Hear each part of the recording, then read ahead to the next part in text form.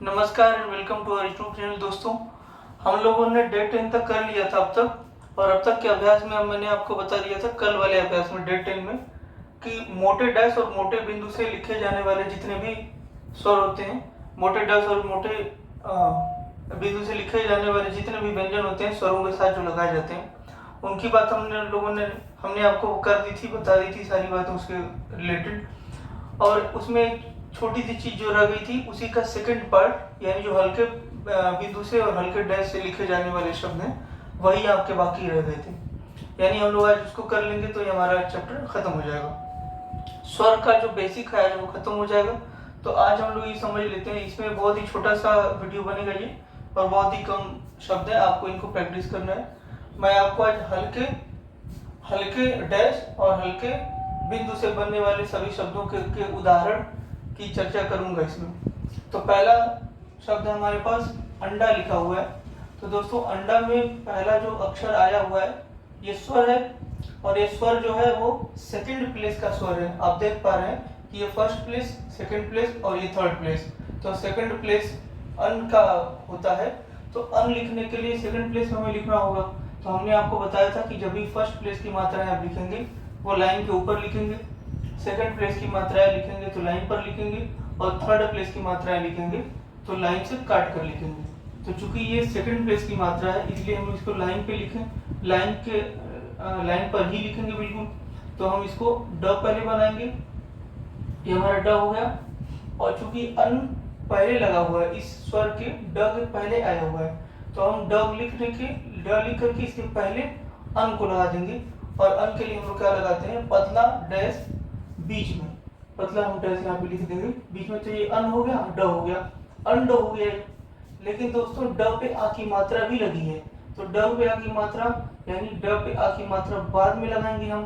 तो ड पे आ की मात्रा लगाने के लिए, आ की मात्रा आपको मालूम है कि फर्स्ट प्लेस में मोटा डैश लगाने से आ की मात्रा बनता है। तो यहाँ पे हम लोग फर्स्ट प्लेस पे आ की मात्रा लगा देंगे। आपका ये सवाल हो सकता है कि सर यहाँ पे ड पे आ की मात्रा लगा है, तब तो ये फर्स्ट प्लेस हो गया, और यहाँ पे सेकंड प्लेस का है। तो हम कौन से वाले स्वर से डिसाइड करेंगे इसका जगह, कि हम इसको कौन से लाइन पर लिखेंगे या लाइन के ऊपर लिखेंगे या लाइन से काट कर लिखेंगे। तो आप याद रखिए, हमेशा जो पहला स्वर होता है ना, उसी स्वर से डिसाइड होता है कि ये शब्द किस पर लिखा जाएगा, लाइन पे, लाइन से ऊपर या लाइन से काट करके। हमेशा हमेशा आप सिर्फ पहले ही स्वर को देखेंगे, उसके बाद कौन सा स्वर आया होगा वो प्लेस को डिसाइड नहीं करता है। तो ये हमारा सेकंड प्लेस पे आया था, पहले स्वर आया था सेकंड प्लेस पे, इसलिए हमने लाइन लिख दिया। ड लिखने के बाद हमने क्या किया, ये मोटा कर लीजिएगा आप। ड लिखने के बाद हमने आ की मात्रा लगा दी, अंडा हो गया ये। आगे लिखा हुआ दोस्तों अंत। अंत में भी ये सेकंड प्लेस की मात्रा है अंत। तो हम लोग क्या करेंगे, लाइन त बनाएंगे, लाइन पर त बनाएंगे, है ना, और यहाँ पे हल्का डैश दे देंगे, ये हमारा अन हो जाएगा। हल्का डैश से अन हो गया, और ये तो हो गया अंत। उसी तरीके से लिखा है अंधेरा। तो हमारा अंधेरा कैसे लिखा जाएगा, ये हम पहले लिखेंगे ध, ये ध हो गया।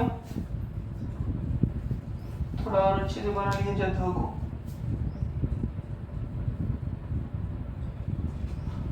तो ये हमारा ये ध हो गया। और ध के बाद ध पे एक ही मात्रा र है, तो पहले आप लिख लीजिए ध हो गया, ध में र जोड़ दीजिए, ध में आपने र जोड़ दिया तो धर लिख दिया। ध को काट भी देंगे, ध को काटेंगे तो ध बन जाएगा। तो ये ध हो गया, र हो गया। अब ध के पहले हमें अन लगाना है, तो यहाँ पे हम हल्का डैश अगर लगाएंगे तो ये अन हो गया, अन ध। दोस्तों, ध पे एक ही मात्रा है, तो ध पे एक ही मात्रा के लिए हम मोटा डैश बीच में अगर लगाएंगे तो एक ही मात्रा बन जाता है। इसके पहले वाली क्लास में आप जान रहे हैं मोटे डैश से बनने वाली मात्राओं के बारे में। तो ये अन, धे, और र नीचे से ऊपर की तरफ गया है, र नीचे से ऊपर की तरफ। तो र पे आ की मात्रा है, तो र पे आ की मात्रा हम यहाँ पे लगाएंगे, यानी ये फर्स्ट प्लेस है इसका, तो फर्स्ट प्लेस पे इसके बाद लगा हुआ मात्रा है, र के बाद लगाए। तो र पे के बाद हम लोग मात्रा लगा देंगे, तो अंधेरा हो गया, अंधेरा, अंधेरा। तो इस तरीके से हम लोग अंधेरा लिखेंगे। आगे लिखा है दोस्तों कम। तो कम के लिए हम लोग क्या करेंगे, क म प, या तो आप पूरा लिख सकते हैं कम अप लिख करके आप उसको कम पढ़ लीजिए, यानी कि इस तरीके से, या आप इस तरीके से लिख सकते हो क ख, अब इसको लाइन पे नहीं बना करके लाइन के ऊपर बनाएंगे, ख म प। ये जो म आप बनाएंगे तो ये लाइन के कर्व और ये जो सीधे में चले जाएंगे तो यहाँ कोई एंगल नहीं बनेगा, इसलिए आप कटे हुए म का प्रयोग करेंगे। तो आप कैसे बनाएंगे, क, ये न और प, न को काट देंगे तो ये कम प वैसे भी लिख सकते हैं। लेकिन चूंकि हम लोग यहाँ पे स्वरों को पढ़ रहे हैं तो यहाँ पे स्वर का यूज करते हुए कैसे लिखेंगे, इस तरीके से एक तरीका भी हो सकता है कम को लिखने का, कमों पे लिखा हुआ है पूरा पूरा। यहाँ पे आधे व्यंजनों का कोई भी उपयोग नहीं किया जाता शॉर्टहैंड में। आपको अपने सेंस से समझना होता है कि कहाँ पे हमें शब्दों को आधा पढ़ना है, कहाँ पे स्वरों को आधा पढ़ना है। हम इसको कैसे लिख सकते हैं, हम इसे लिखेंगे क लिखेंगे और प लिखेंगे, कब हो गया। अब क पे दोस्तों अगर हम अंक की मात्रा लगा दें तो क के बाद मात्रा आया हुआ, क म प, तो क के बाद मात्रा हुआ है तो इसलिए हम लोग क के बाद मात्रा लगाएंगे, पहले नहीं बाद में लगाएंगे। क पे अंक की मात्रा लगा देंगे तो ये कम इसको कम भी पढ़ सकते हैं, कम भी पढ़ सकते हैं, कम पढ़ेंगे इसे। उसी तरीके से लिखा हुआ पंप, तो पंप में प और ये प, तो पंप सेकंड प्लेस पे आधा यहाँ पे लाइन पे आ गया और नीचे हमने प को लिख दिया, पंप हो गया ये। लेकिन प पे अंक की मात्रा आप लगा दीजिए, प पे अंक की मात्रा बीच में हल्का डैश बाद में लगाएंगे, तो प फिर अंक की मात्रा पम फिर प, पम। अब दूसरा हम लोग देखते हैं सीरियल नंबर 2 लिखा हुआ आँच। अब इसमें आप देख रहे थे कि पहले वाले में सिर्फ क्या था, एक डॉट था जो अंक की मात्रा पढ़ी जाती थी दोस्तों, लेकिन दूसरे वाले में आप देख रहे हैं कि चंद्र बिंदु से बनाया जा रहा है। तो आँच लिखा हुआ तो पहले आप च लिखेंगे, पहले आप इसको लिखेंगे च, और चूंकि आ गया, आ जो है फर्स्ट प्लेस की मात्रा होती है, मोटे डैश से लिखी जाती है, तो इसको आप च को ऊपर लिखेंगे लाइन की, तो ये च हो गया और एक आ पहले लगा देंगे तो ये हमारा आ हो गया, आच आच। लेकिन आप क्या करेंगे, जब आच पढ़ते हैं तो आज तो आपको ऐसे लिखना होगा आच, ये आच है, लेकिन इसमें क्या लिखा हुआ, ये आंच लिखा हुआ, आंच। आंच कहने का मतलब ये अनुनासिक स्वर लगा दिया हुआ ऊपर, चंद्रबिंदी से नाक से निकलने वाली ध्वनि निकल रही, आंच। तो आप इसके लिए हमेशा आप चाहें तो दोनों तरीके से बना सकते हैं, ये आंच हो गया आंच, आप इसको ऐसे ही बना सकते हैं आ, यहाँ पे एक छोटा सा अगर गोला रख देंगे, हल्का सा छोटा सा गोला रख देंगे, इसको जो है आप क्या पढ़ेंगे, चंद्र बिंदु पढ़ लेंगे। फर्स्ट प्लेस पे आपने लिखा है तो इसको जब भी कभी चंद्र बिंदु आ जाए यहाँ पे चाहे इधर, तो आप छोटा सा गोला लगा देंगे अगर, तो इसको आप आ पढ़ेंगे आ, और ये च आंच। आप इसको ज्यादा क्लियर करने के लिए कैसे लिख सकते हैं, चाहे आप अगर पकड़ सकते हैं तो आप ऐसे भी लिख लीजिए, नहीं तो आप अगर आपकी किताब में नियम दिया है आप ऐसे भी लिख सकते हैं। किताब में आपको और ज्यादा क्लियर करने के लिए कैसे लिखा हुआ है, च लिख लिया आपने, आ लगा दिया तो आच हो गया, और आप अगर इसके साथ ही अगर एक छोटा सा गोला भी बना दे तो ये चंद्र बिंदु भी हो जाएगा। तो ये नहीं बिल्कुल स्पष्ट रूप से यही लिखा हुआ है, बिल्कुल स्पष्ट है, इसमें आ भी लिखा हुआ है और चंद्र बिंदु भी लगा हुआ है, तो इसको आप आराम से आंच पढ़ सकते हैं। इसकी चर्चा इस वाले लाइन में की गई है कि ज्यादा क्लियर करने के लिए आप किताब पढ़ेंगे तो किताब में लिखा हुआ है कि ज्यादा क्लियर करने के लिए आप चाहें तो एक डैश के साथ एक छोटा सा गोला भी बना देंगे तो उसको आप चंद्र बिंदु पढ़ेंगे। ठीक है, तो मैंने आपको तीनों तरीका बता दिया, आप समय रहे तो आप ये बना लीजिए शुरुआत में, बाद में जब आप आउटलाइन बनाने लगेंगे तो आप इस तरीके से बना के आराम से काम चला सकते हैं। आंत लिखा हुआ है तो हम लोग क्या करेंगे, तो लिखेंगे दोस्तों, लाइन के ऊपर लिखेंगे क्योंकि आ गया, और हम लोग ऐसे लिख देंगे ये आ हो गया आंत आंत। आप इसको इस तरीके से भी बना सकते थे किताब में जैसे आपने दिया, इसको सिर्फ आप यहाँ पे एक छोटा सा गोला लगा देंगे तो भी इसको आप आंत पढ़ सकते हैं।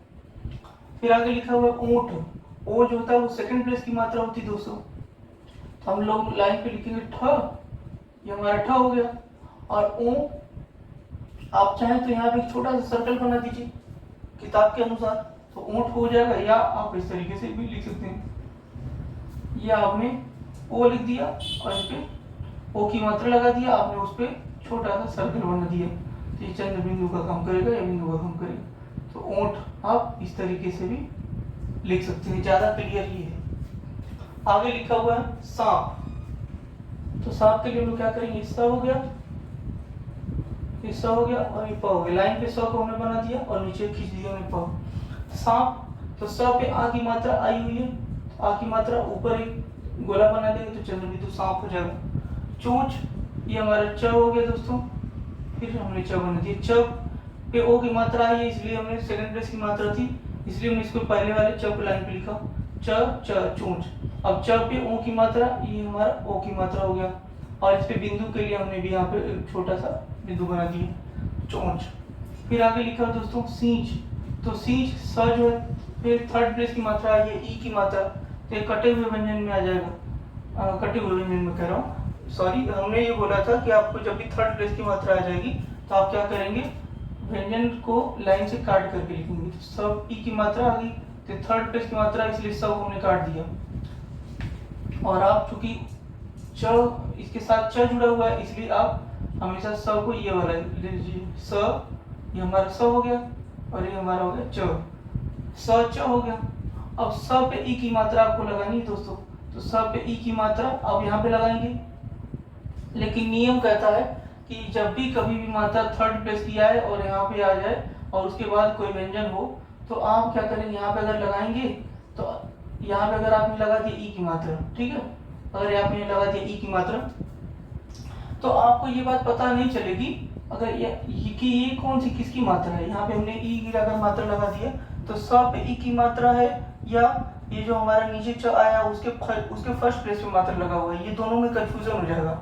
इसीलिए इस मात्रा को जब भी कभी थर्ड प्लेस की मात्रा आता है तो थर्ड प्लेस की मात्रा को यानी थर्ड प्लेस पे न रख करके, ताकि कंफ्यूजन ना हो, इसलिए हम इसको अगले व्यंजन के जो भी स्वर आया हुआ है, जो भी व्यंजन आया हुआ है उसके बाद आने वाले व्यंजन के पहले थर्ड प्लेस पे लिखते हैं। जो भी व्यंजन इस पे हमको मात्रा लगानी थी लेकिन इस पे न लगा करके, इसके थर्ड प्लेस पे न लगा करके उसके आने वाले अगले व्यंजन पे लगा देंगे मात्रा को, लेकिन कौन से प्लेस पे, चूंकि ये थर्ड प्लेस की मात्रा थी इसलिए थर्ड प्लेस पे ही लगाएंगे और पहले लगाएंगे। तो यहाँ पे हम लगा देंगे ये, ठीक है, सींच।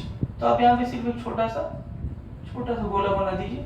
तो स पे ई की मात्रा सी च, सींच, थर्ड प्लेस की मात्रा यहाँ न लग करके उसके अगले वाले व्यंजन के पहले थर्ड प्लेस पे लग जाता है। तो अगले वाले व्यंजन ये था और थर्ड प्लेस ये था और इसके पहले हमने लगा दिया।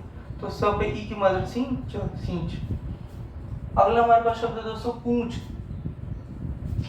तो पूंछ कैसे लिखेंगे हम लोग प को पहले काट देंगे, पू हो गया प को, क्योंकि हमने थर्ड प्लेस की मात्रा पर पकड़ा हुआ है कि हम लोग को लाइन से काट के लिखना है।